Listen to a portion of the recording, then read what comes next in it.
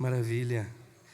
Tem sido muito bom participar junto com a igreja dessa campanha Manual dos Peregrinos.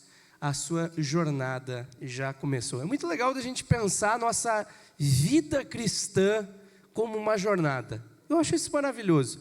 Quem é legendário sabe como isso faz muito sentido para o legendário. Até aproveito aqui para destacar que o pastor Nildo e o pastor Ilquias, ambos estão na montanha, participando do Legendários, servindo ali, e à noite estarão conosco. Mas eu penso, não é só para legendário não. Todos nós podemos ver isso aqui. O cristianismo é uma jornada. E eu acho maravilhoso que a gente vê isso na Bíblia, no livro de Atos, capítulo 9, no qual nós vemos que os cristãos eram chamados de os do caminho. Olha que interessante. Os seguidores do caminho. Aqueles que seguem por um caminho, e é um caminho que nós seguimos e que tem nome, Jesus Cristo, que é o caminho, a verdade e a vida. Dessa forma nós temos essa jornada cristã. Estamos caminhando juntos como igreja nessa jornada. Já vimos a respeito do caminho, já aprendemos o idioma, já pensamos a questão da bagagem, e agora nós vamos para a quarta semana, pensando os companheiros de viagem. Toda viagem ela é melhor quando tem companhia.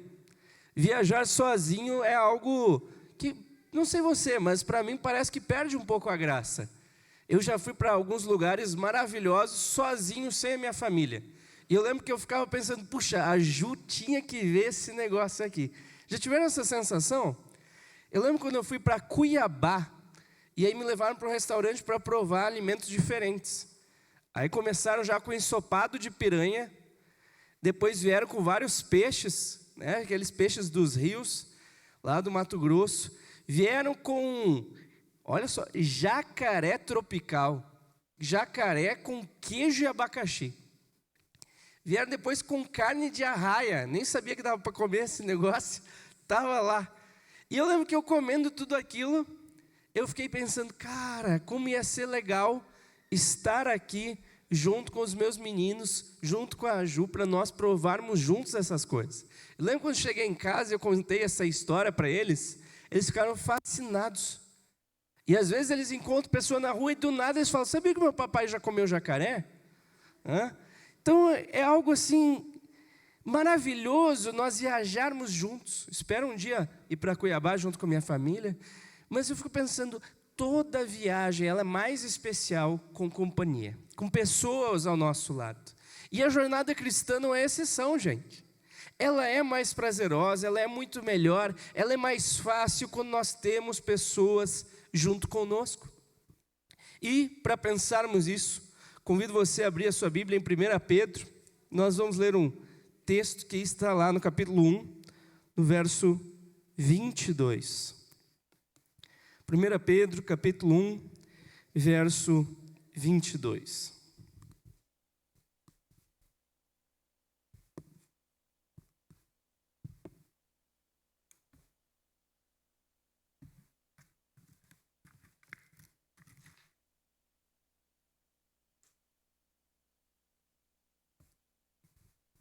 Eu vou ler na versão NVT, mas você pode acompanhar na sua. Diz assim a palavra de Deus: uma vez que vocês foram purificados de seus pecados, quando obedeceram à verdade, tenham como alvo agora o amor fraternal sem fingimento.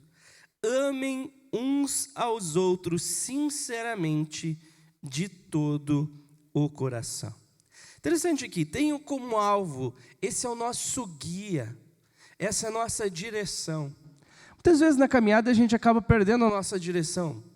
Eu não sei quem já fez alguma trilha na mata, mas a gente sabe a direção porque essa trilha já foi trilhada antes, porque foi aberta por alguém.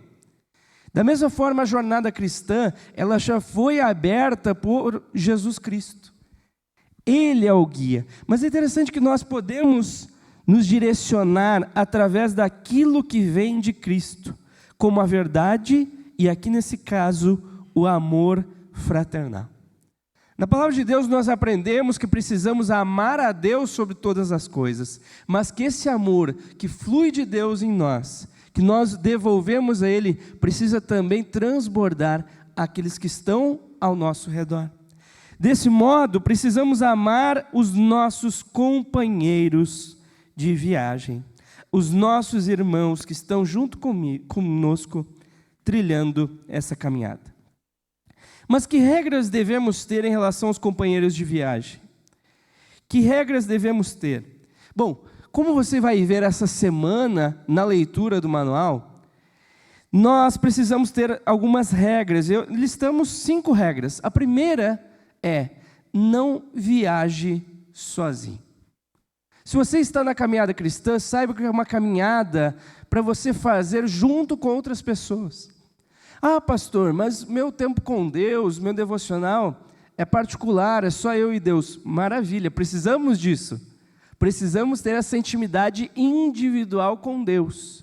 Mas isso não anula que nós precisamos ter também um relacionamento coletivo como corpo de Cristo. Eu gosto de lembrar muito as pessoas de uma verdade que às vezes é esquecida.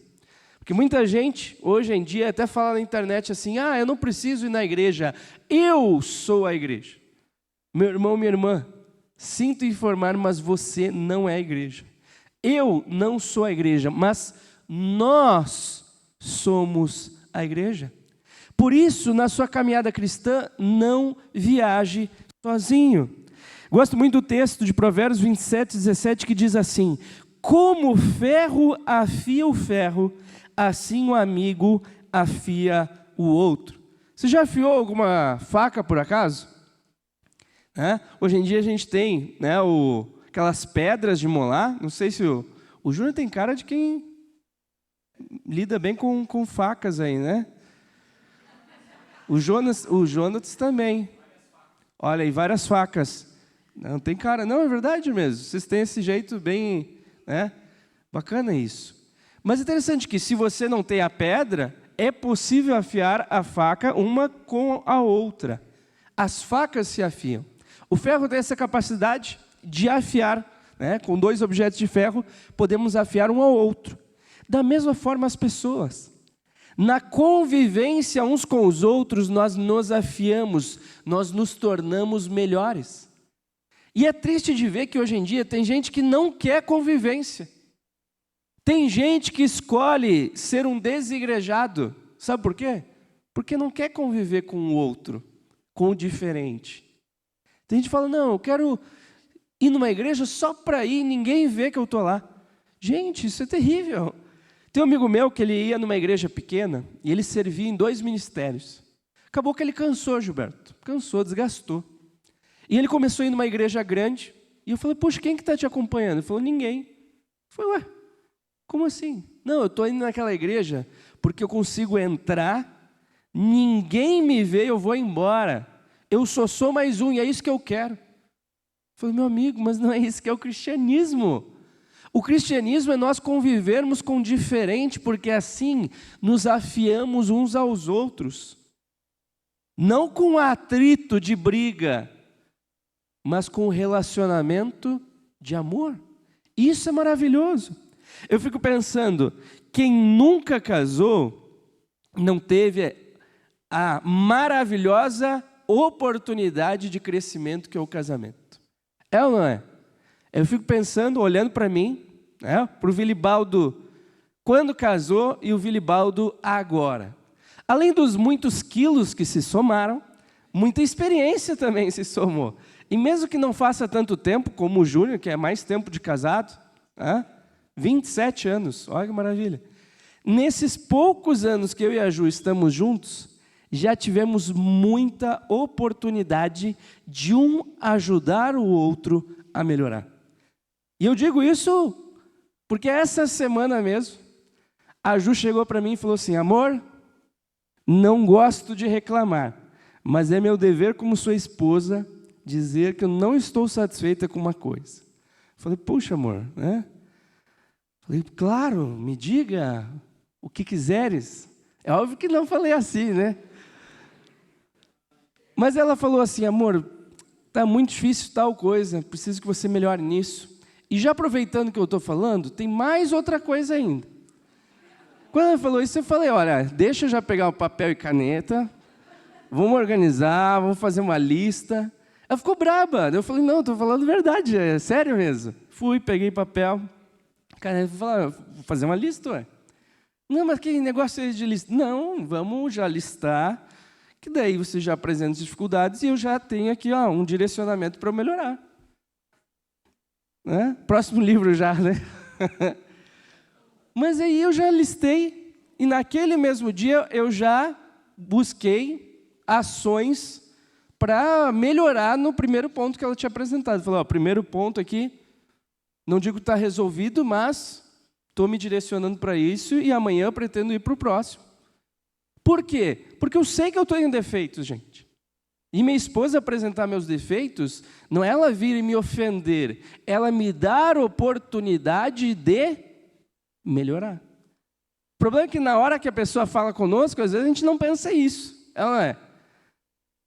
Eu tenho esse defeito, mas deixa eu falar o seu então. Não é? Mas deixa eu falar então. Não, se é assim. E até ela falou assim, amor, e eu? Eu falei, não, vamos com calma. Vamos tratar um de cada vez, senão já fica difícil, mulher. Olha quanta coisa já tem para eu melhorar. Deixa eu focar aqui, depois eu faço uma lista para você, a gente conversa. Mas não tenha pressa. Pode parecer brincadeira, mas é algo lindo. É lindo isso. A minha esposa trazer as minhas dificuldades para mim é maravilhoso. Por quê? Porque ela me ajuda a melhorar. Ela é um ferro que me afia. E eu dou glória a Deus pela minha esposa ser assim. Fico pensando, quem não é pai, ela não é, Renato, não teve a oportunidade também de se afiar com os filhos, que é um negócio incrível. Alguns dias atrás, conversei virtualmente com alguém que foi pai pela primeira vez há 6 meses. Olha só, bebezinho, né? E ele, não, porque eu estou aqui com meu bebê e tal, sou pai há 6 meses. E eu falei, e aí, o que tem aprendido? E aí a frase dele me chamou a atenção, ele falou, agora conheço os meus pecados. Olha só, e 6 meses como pai, imagina, né, Cris, quando avançar aí, ou quando tiver outros filhos e vai vendo. Gente, mas é ou não é? Quem é pai sabe, a gente vê o quão pecador nós somos, quão irritado às vezes a gente fica por algo que nem deveríamos. Porque uma criança está sendo criança, a gente vê nossas dificuldades, nossas debilidades. Pode voltar pai? Nós vemos o como nós precisamos ser lapidados. Nossos filhos também, gente, são ferro que nos afia nos desafios do dia a dia. E eu acho maravilhoso, e eu dou esses exemplos não é à toa, acho maravilhoso nós pensarmos que a nossa jornada cristã, nossos companheiros mais próximos, são a nossa família. São nossa família. A Ju é minha esposa, mas acima de ser minha esposa, é minha irmã em Cristo. Isso é muito importante. É alguém com quem eu compartilho a fé no Evangelho e juntos temos o foco para caminharmos lado a lado. Mas, além disso, os amigos ajudam de verdade. Olha só, assim um amigo afia o outro, diz o texto bíblico. Quem realmente é amigo nos ajuda. Quem realmente é amigo não fala o que eu quero ouvir, mas fala o que eu preciso ouvir. Isso é algo muito importante, gente. Amigos que falam o que a gente gostaria de ouvir não faltam nesse mundo. É ou não é? O que as pessoas hoje mais fazem é agradar umas às outras. Mas aquele amigo que fala uma verdade que você não gostaria, mas precisa ouvir, esse amigo vale ouro. E eu sei que eu e a Ju, a gente buscou ser muito amigo da Gabi. Coitada, até demais. Sofreu na nossa mão. Gabi, irmã da Ju, morou bastante tempo lá em casa. E era um desafio para ela. Porque às vezes ela vinha com reclamações, falava, puxa, olha o que aconteceu. E a gente falava, Gabi, veja por esse ângulo. Não, mas vocês não estão vendo o meu lado. Não, estamos vendo o seu lado e te ajudando a ver para além. Porque a gente não está aqui só para concordar com você, a gente está aqui para te ajudar a ver para além de si mesmo. Isso que um amigo faz. Mas será que nós temos feito isso? Será que temos ajudado quem está ao nosso redor a ver para além de si mesmo? Tempo atrás, um casal de amigos foi na nossa casa, e nós conversando ali, teve um momento que a Ju, muito nervosa, preocupada, falou assim: olha, talvez vocês nunca mais venham aqui em casa, talvez acabe agora a nossa amizade, mas eu preciso falar algo por amor a vocês. Vocês estão pecando nisso. Vocês precisam ajustar a vida de vocês nisso.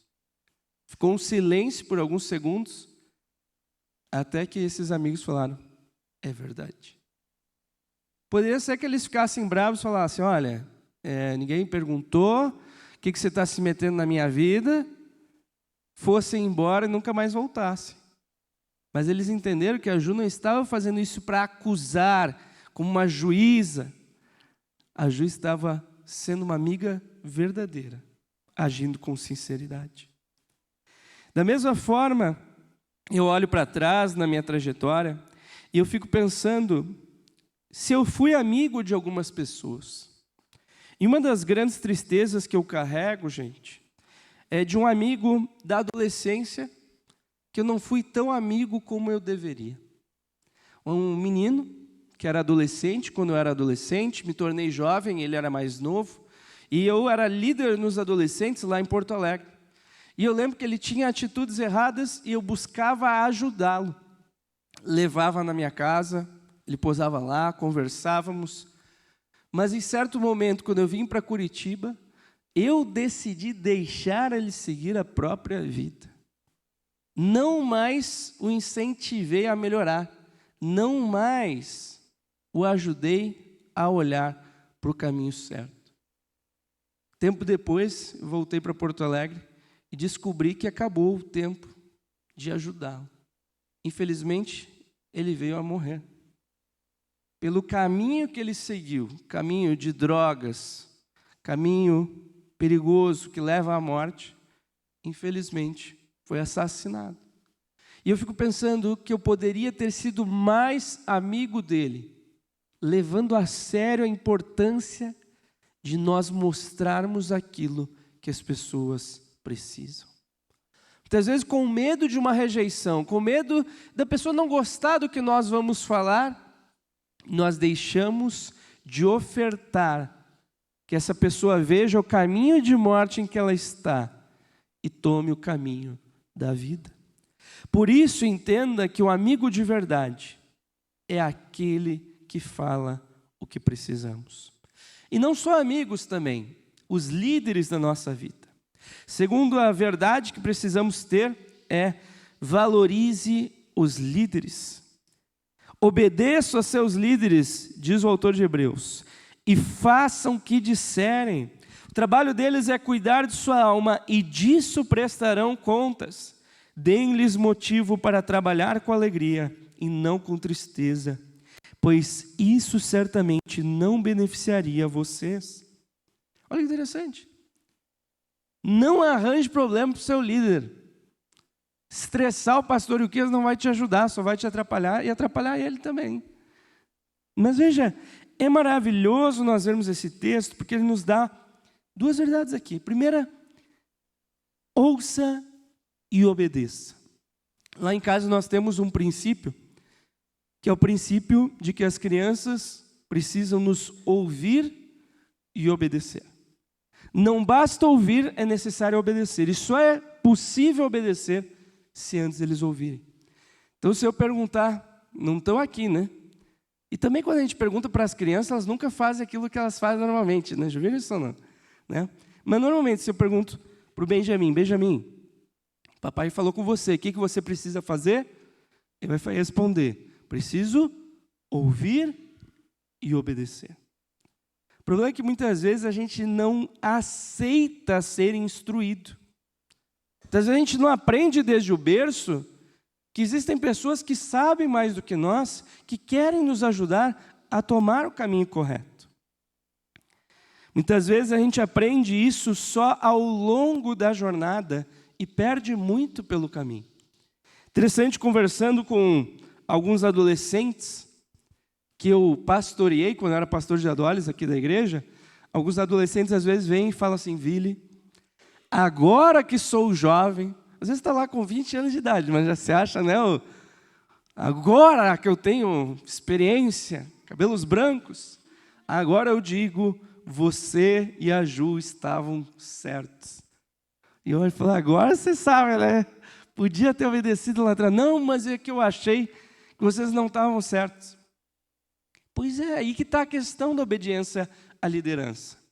Não é uma questão do que nós achamos, mas é uma questão de olhar e confiar que os líderes estão buscando a direção de Deus para nos apontar o caminho. O próprio Ilquias, pastor Ilquias, gente, já teve situações que eu fui ali no gabinete pastoral e ele falou: Vili, faça tal coisa. E eu respondi: pastor, eu discordo do senhor, eu não acho que esse é o caminho, mas eu vou lhe obedecer, confiando que vai dar certo ainda. É isso mesmo. Isso é importante. E é importante você me falar que você discorda também, porque se der errado, você me apontou também. Veja, isso é uma questão de humildade, gente. De humildade. Pastor Ilquias é liderança sobre mim. Pastor Ilquias é quem aponta o caminho. Não há nada pior para a igreja do que uma igreja dividida através da rebelião. Um amigo meu, quando ele era seminarista, eu lembro que ele começou a ensinar na EBD, na igreja que ele estava, e ele sabia que o pastor dele tinha um posicionamento teológico, e sabe o que ele fez? Ele que tinha um posicionamento diferente, começou a ensinar o seu posicionamento na escola bíblica. Foi terrível, gente. Foi terrível. E o pastor, muito amoroso, chamou ele para conversar e falou: olha, eu entendo que você tem um posicionamento, eu respeito, está tudo bem, você não precisa pensar igual eu para estar aqui, mas não ensine isso para a igreja, porque não é a nossa visão. E ele, infelizmente rebelde, falou: pastor, mas isso não é meu posicionamento, isso é a verdade e eu não quero ir contra a verdade. O pastor sentou, conversou com ele, não foi viável. Agora, anos depois, esse meu amigo me mandou mensagem e falou: Vili, que arrependimento do que eu fiz. Confundi as coisas, confundi a minha opinião com a verdade sobre tudo e todos, e coloquei a minha opinião sobre a liderança que estava sobre mim. Infelizmente tem pessoas que fazem isso, mas nós podemos agir diferente, podemos ouvir e obedecer. Segundo lugar, dê motivos de alegria para os seus líderes. Diz o texto: deem-lhes motivo para trabalhar com alegria e não com tristeza. A alegria de todo líder, de todo pastor, é ver as pessoas acertando. Tem gente que acha que o pastor torce para a pessoa bater a cabeça lá, né? Desobediente, tomara que bata a cabeça para aprender. Nosso desejo não é esse. Nosso desejo é tomara que ele se arrependa e mude de caminho. E como isso é bom para o pastor. Tempo atrás, conversando com aquele que foi meu pastor na adolescência, pastor André, compartilhei sobre a minha vida. Ele falou: Vili, obrigado por compartilhar a sua vida comigo. Sabe por quê? Porque eu olho para trás e hoje eu vejo frutos do meu ministério na sua vida. Da mesma forma, eu penso, a palavra de Deus diz, né, a quem honra, honra. Eu digo, como é bom ver frutos do meu ministério também. Como é bom ver aqueles que eu pastorei, que são hoje pessoas que eu admiro, que eu vejo servindo como exemplo na igreja. Como é bom ver o Jonatas aqui na igreja. Como é bom ver o Juarez servindo, o Juan servindo. A quem honra, honra. Isso alegra o coração do pastor. Mas eu fico pensando que muitas vezes nós não vemos isso, porque enxergamos um cristianismo individualista, que não entende que nós não estamos competindo uns com os outros, para ver quem está certo e quem está errado, mas estamos caminhando juntos para o mesmo propósito. Amém? Terceira verdade, proteja a paz durante a viagem. Isso é algo fundamental. Se vamos estar numa viagem junto com companheiros de viagem para a vida toda, precisamos ter paz durante a viagem. Nada pior do que viajar com briga. É um negócio terrível. Lembro que uma vez fui viajar com a Ju e os meninos começaram a brigar no banco de trás. Que coisa horrível, gente. É terrível, precisava prestar atenção no caminho. É aquela brigaiada. Já encostei o carro. Não dá. Parar, já conversar, né, Júnior? Conversar eufemismo para outra coisa. Né? Hoje o pastor Antônio ensinou sobre eufemismo. A gente conversou daquele jeito com eles, calmaram o coração, prosseguimos viagem. A paz é fundamental para nós. Por isso que Romanos 12, 18 diz, no que depender de vocês, vivam em paz com todos. Por isso, busque a paz. Busque. Vivam em paz com todos. E é interessante nós vermos como muitas vezes a gente não busca paz, mas busca guerra. Agora, nesse tempo que a gente está em Curitiba, nós moramos em 3 condomínios diferentes. 3 experiências, vivendo em condomínios com vizinhos. No anterior ao que estávamos, tínhamos vários vizinhos da igreja, inclusive, né? Então, é uma experiência muito legal. Agora, quando a gente foi para esse novo condomínio, na época que o Enoque ali estava nascendo, nós fomos... E eu fiquei pensando, puxa Deus, nos dê graça para termos bons vizinhos. Para serem pessoas que compreendam o barulho que vai ter, porque não tem jeito, criançada faz barulho mesmo. Nos dê bons vizinhos, eu fiquei pensando. Mas, gente, será que a questão é termos bons vizinhos ou nós sermos bons vizinhos para os outros? E nisso minha esposa é muito melhor do que eu. E eu lembro que a Ju começou a semear na vida das pessoas do nosso condomínio. Começou a conversar. Quando via, as pessoas já abriam toda a vida para ela, um negócio extraordinário. A Ju estava lá discipulando pessoas, estava conversando com outras. E aí a Ju levava um feijão para uma vizinha, a vizinha já ia para a casa dela para conversar, quando estava o marido junto e a gente estava aconselhando o casal. E isso tudo acontecendo me fez perceber quão bonito é quando nós buscamos a paz onde nós estamos, onde nós proporcionamos essa paz. E hoje, graças a Deus, nós estamos em paz lá no nosso condomínio. Graças a Deus, temos amigos queridos no nosso bloco, por exemplo. Deu a coincidência que um colega que trabalha na Fabapar mora no mesmo prédio que a gente. Prédio de 4 andares, está lá, morando com a gente. Tempo atrás, ele estava lá na Fabapar e ele falou assim, todo dia eu acordo com os teus filhos, conversando e brincando. Eu já fiquei, meu Deus. Eu falei, me desculpe, meu amigo, me perdoe. Não, é gostoso demais ver aquela criançada faceira, se divertindo. Ele falou, como é lindo ver você e sua esposa brincando junto com eles. Vocês transbordam paz. Veja, se nós não proporcionássemos paz na nossa casa, se fosse só a briga, será que ele ia ficar tranquilo com as crianças acordando ele? Precisamos proporcionar paz. Mas veja, ali, né? No que depender de vocês. Busque a paz. Pastor, não tem como. Então faça a sua parte. Eu sei que às vezes o outro não quer paz. E aí como é que faz? Mas meu pai gostava de dizer assim, um sozinho não briga. Veja, um sozinho não briga. Eu posso escolher, né, que o confronto que o outro está querendo comigo se torne uma briga, ou posso escolher que não seja uma briga. Alguns dias atrás isso aconteceu. Fui levar o Benjamin na terapia.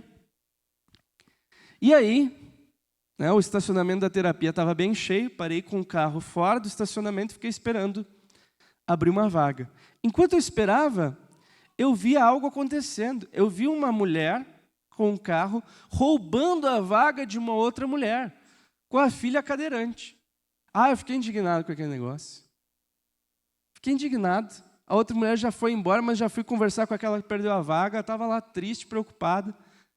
Daí eu falei, não, qualquer coisa eu entro aí com o carro e eu guardo uma vaga para você, sei lá. E aí alguém falou, não, deixa que eu dou a vaga aqui. A pessoa saiu da sua vaga, ela entrou e ficou lá.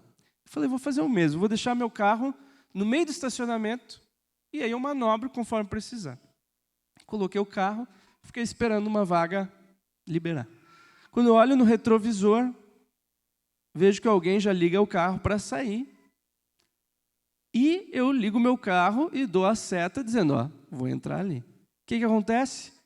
Um carro já vem chegando no estacionamento. Como quem não quer nada, entra e já liga a seta. Aí eu dou uma ré para dizer, estou aqui. Aí eu olho aquele negócio, não, o cara vai entrar. Não vou deixar ele roubar minha vaga não, porque eu preciso dessa vaga. Peguei e dei ré, fiquei entre ele e a vaga. E esperei o outro lá sair, acabei atrapalhando o outro saiu, fui, coloquei na vaga.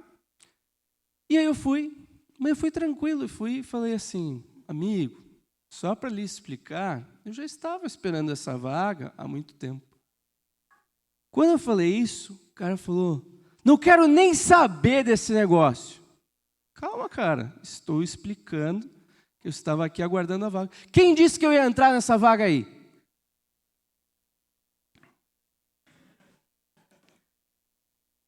Sabe o que eu falei? Falei, puxa, me perdoe então.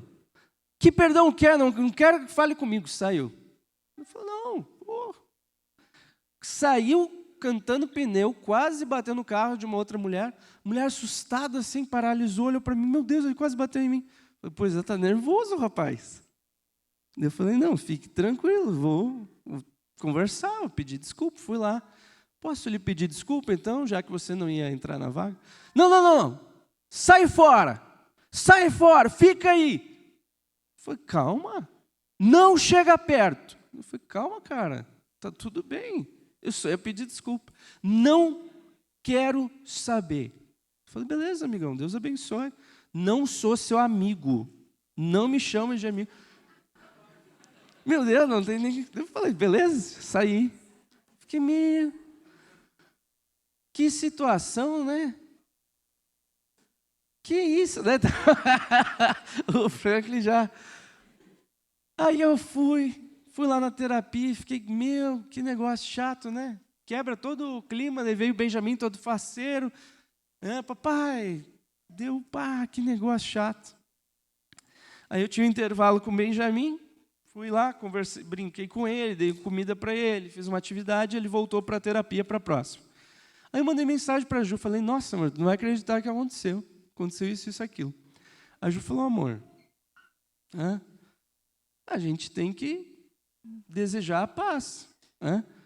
Mas, se ele não quer falar, que fale com ele, não fale então, mas ore por ele. Ore por ele. Quando ela falou ore por ele, eu pensei, orar pela condenação, né? A oração imprecatória, tem os salmos imprecatórios, me sinto no direito. Mas brincadeiras à parte, ela falou, depois fiquei, puxa, é verdade. Quer saber, vou orar por ele. Deus, não sei o que está acontecendo na vida dele, às vezes, né? Aconteceu alguma coisa. Deus abençoe ele, acalma o coração dele também. Coraçãozinho nervoso do rapaz, deixa ele mais tranquilo. Orei, continuei lá, terminou a terapia do Benjamin, fui levar ele já pensando, agora eu vou lá para o estacionamento, cara, porque eu não contei para vocês que logo abriu uma vaga do lado de onde eu botei, então ele deixou o carro do lado meu. Maravilha. Aí eu fui, eu olhei de longe, não enxerguei ele, tomara que tenha ido embora. Quando eu vi, estava lá. Senhor. Peguei o Benjamin, fui ali no porta de trás, botei o Benjamin, quando eu vi ele desceu do carro e veio atrás do carro. Jesus amado, não quero brigar, Senhor. Aí ele veio e falou, Viu, sobre antes ali, me desculpe, nós não somos assim. Não sei porque ele falou no plural, mas talvez ele tenha falado com a esposa, e a esposa tem falado, mas vai ficar feio para nós, né? Família loucura, vai se retratar, você está maluco? Ele, não, nós não somos assim. Ele falou, não, porque meu filho estava muito nervoso quando eu deixei ele aqui. Falei, cara, tranquilo. Até falei com a minha esposa, pensei assim, poxa, deve ter acontecido alguma coisa. Não sei se você é cristão ou não, mas eu até orei por você. Aí ele ficou quieto, assim, fico pensando, se é cristão ele não vai nem falar, né? Não vai ter nem coragem de falar. Não é o momento para contar que é cristão, né? Mas daí ele falou, não, mas que não somos assim. Falei, cara, tranquilo, eu entendo. Se tem alguém que tem que entender, sou eu. Todo mundo aqui, está vendo todos esses carros? É todo mundo pai de criança especial, que faz terapia. Todo mundo aqui tem uma situação extraordinária. Se eu não entender, quem é que vai entender? Então fique tranquilo. Mas é importante a gente cuidar, porque nunca sabe quem é o outro que a gente está brigando. É importante ter esse cuidado. Mas que Deus te abençoe, que você tenha um ótimo dia com a sua família. Aí entrei no carro. Aí ele baixou o vidro, eu baixei o vidro e falei, olha, Deus te abençoe, viu? Deus abençoe você e sua família também. Fui embora. Veja, nem sempre as pessoas vão querer a paz conosco, mas precisamos buscar essa paz. Falando de forma pacífica, orando por quem nos persegue, como diz o próprio Jesus Cristo. Eu fico pensando, será que a gente tem tido essa disposição? Eu contei essa história para algumas pessoas, teve gente que falou assim, se fosse eu, esse cara ia ver. Calma, gente, para quê? Veja, era alguém num mau dia. O problema é que muitas vezes a gente não escolhe o caminho da paz. Precisamos escolher o caminho da paz, fazendo a nossa parte. Em quarto lugar, ajude com as mochilas. Gálatas 6:2, ajudem a levar o fardo uns dos outros e obedeçam desse modo a lei de Cristo. Gente, é uma jornada e não uma corrida.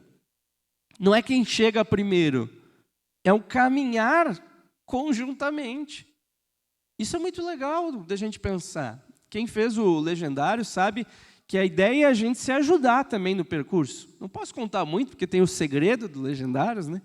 Mas eu posso contar, por exemplo, que na minha jornada no Legendários, certo momento, minhas pernas não funcionaram. E não tinha o que fazer. E aí foi muito interessante, porque, no primeiro momento, minha equipe se dispôs a levar o meu cargo. Mas quando as minhas pernas falharam completamente, eu me tornei o próprio fardo que eles tiveram que carregar. Tive que ser carregado. Veja, humilhante, mas maravilhoso. Porque ali a gente sente o cuidado de Deus quando as pessoas cuidam de nós. Nós nos tornamos um fardo, mas não é um fardo pesado. É o leve fardo de Cristo que nos ama e se entrega por nós. Isso é maravilhoso. Vivemos uma jornada. Por isso, não devemos ter aquela lógica, cada um com seus problemas. Não. O problema do outro é minha preocupação. Lá em casa a gente tem, por exemplo, as tarefas diárias. Cada um tem as suas atividades. Perfeito? Então eu tenho minhas tarefas. Eu ia falar desarruma a mesa, mas fica ruim falar isso, né? Eu recolho a mesa do café da manhã. Eu guardo a louça do lava-louça, boto as louças para lavar. Tenho as minhas atividades, recolho o lixo, etc. Veja, mas são atividades no ambiente de família. A ideia não é que eu saia fazendo tudo, eu dê um ok no checklist e falo, se virem agora, Deus abençoe, cada um tem as minhas, minha meta já cumpri. Não. Então lá em casa é muito gostoso, por quê? Porque as tarefas diárias a gente faz em conjunto também. É minha tarefa levar o lixo. Mas como é legal quando eu já vou para a porta e vem o Enoque correndo. Papai, deixa eu levar o lixo também. Deixa, vamos juntos, filho. Vamos junto. E esse ir junto é extraordinário. Esses dias fomos a família inteira, até o Israel levando lixo. Todo mundo levando lixo, cada um lixão, um lixinho, cada um levando. Como é extraordinário isso! Na nossa vida, não veja as tarefas como coisas que você só tem que cumprir. Veja como oportunidade de caminhar junto com as pessoas ao seu redor. Ajudar também é nossa obrigação. O texto diz: obedeçam desse modo a lei de Cristo. Estamos obedecendo a Cristo quando ajudamos aos outros. E precisamos olhar com o olhar atento a todos ao nosso redor. Às vezes tem aqueles que os outros não veem. Pessoas ignoradas pela sociedade. Lá no nosso condomínio, por exemplo, tem não sei qual que é o termo correto, eu conheço como catador, que é o que faz a seleção dos lixos recicláveis. E lá é o seu Gilberto. E aí, tempo atrás, a nossa síndica falou: o seu Gilberto não vai poder vir. Então a gente vai chamar outras pessoas para fazer o serviço. E aí, hoje não, foi anteontem, eu vi o seu Gilberto lá. E falei: seu Gilberto, que saudade que eu estava do senhor. Ele: é mesmo? Sim, você faz muita falta aqui. Como é que o senhor está? Que estava difícil as coisas. Eu falei: por causa da esposa, seu Gilberto? A doença está complicada. A esposa dele tem câncer. Mas Deus vai dar força, seu Gilberto. Não desanime não, meu amigo. E o filho, como é que está? O filho dele tem problemas psiquiátricos. Então, veja, uma pessoa com grandes dificuldades na vida. Mas eu posso olhar, levar lá o lixo, nem olhar na cara. Eu posso ir lá levar o lixo e dar bom dia. Ou eu posso ir lá levar o lixo e ver com atenção aquele que está na minha frente. Enxergar o seu Gilberto, para além de um catador, como o quê? Como uma pessoa, um ser humano, um pai, um esposo, alguém que está junto conosco. Será que temos feito isso? Precisamos ajudar. Por fim, nós veremos também a importância do cuidado com os lobos. Mateus 7,15 diz: tomem cuidado com os falsos profetas, que vêm disfarçados de ovelhas, mas que na verdade são lobos esfomeados. Os lobos, gente, estão disfarçados. O texto diz que vêm disfarçados de ovelhas. Tem pessoas que se dizem cristãos, que na verdade não são. Que dizem que querem ajudar os outros, quando na verdade querem atrapalhar. Que vêm na igreja para não ser bênção, mas ser maldição. Isso acontece, gente. Eu lembro que no tempo que eu era pastor de adolescentes, antes ainda de eu ser pastor, quando o pastor Arnaldo estava na liderança, a gente se reunia como liderança e planejava os retiros de adolescentes. Depois a gente descobriu que, paralelamente, tinham alguns adolescentes que se reuniam para planejar como atrapalhar o retiro. Sabiam disso? Olha só. Como que a gente vai fazer para atrapalhar esse retiro, para não dar certo? E se reuniam, criativos, usando criatividade para o mal. E às vezes tem pessoas que decidem participar do corpo de Cristo apenas para minar, para atrapalhar. Precisamos ter atenção nisso, gente. Precisamos estar atentos. Hoje nós vemos teologias deturpadas. Quando a gente vê na internet, a gente, está falando de Jesus. Mas não aponta para Jesus. Fala de Jesus, mas aponta do homem para si mesmo. Teologia da prosperidade, onde as pessoas só pensam em ganhar, só pensam em bênção financeira, esquecem da entrega. Teologia do coach, nada contra o coach, mas a teologia do coach é um problema. Quando é o quê? O que é a teologia do coach? É você, filho de Deus, vai dar tudo certo na sua vida. Você pode. Gente, cristão vai ter sofrimento. E hoje muitos têm pregado o evangelho deturpado, que atrapalha a igreja de Cristo. Para ganhar seguidores, likes, pregam um evangelho que vai minando a igreja. Um evangelho sem dor, sem sofrimento, sem entrega.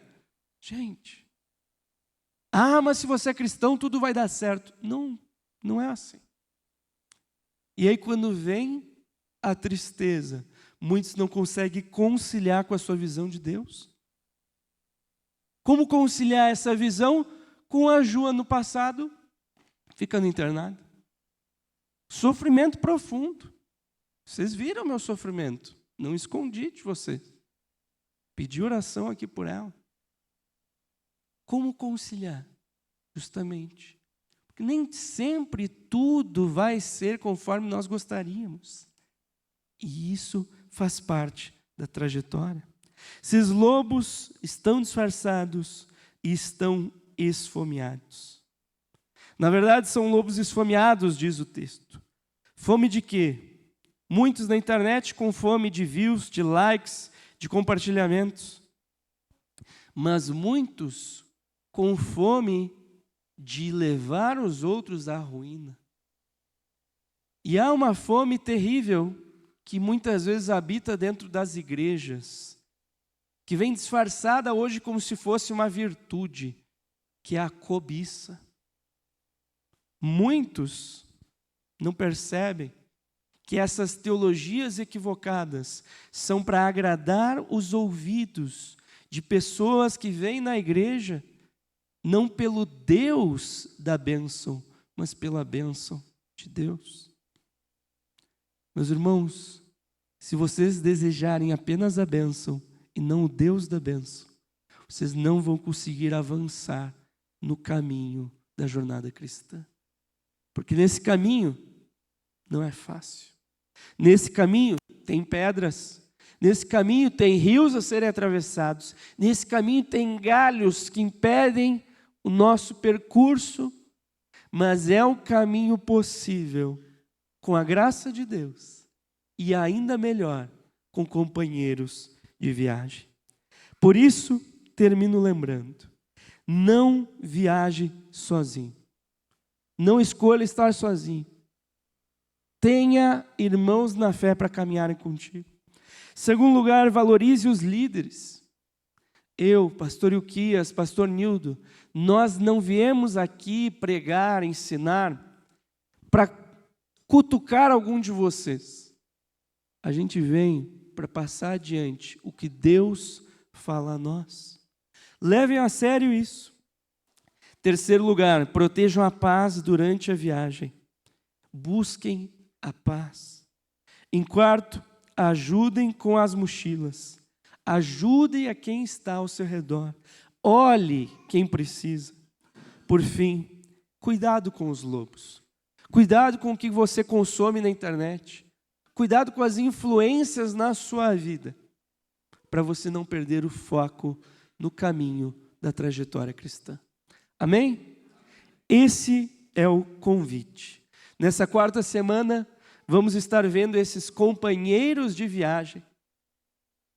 E eu oro para que Deus trabalhe no seu coração e no meu, ensinando e nos transformando. Por isso, faça como eu fiz com a Ju.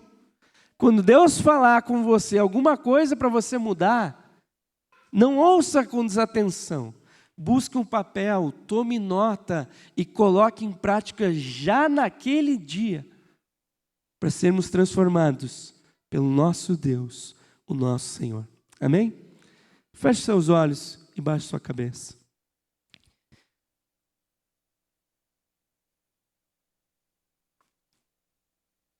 Deus, somos gratos, Pai.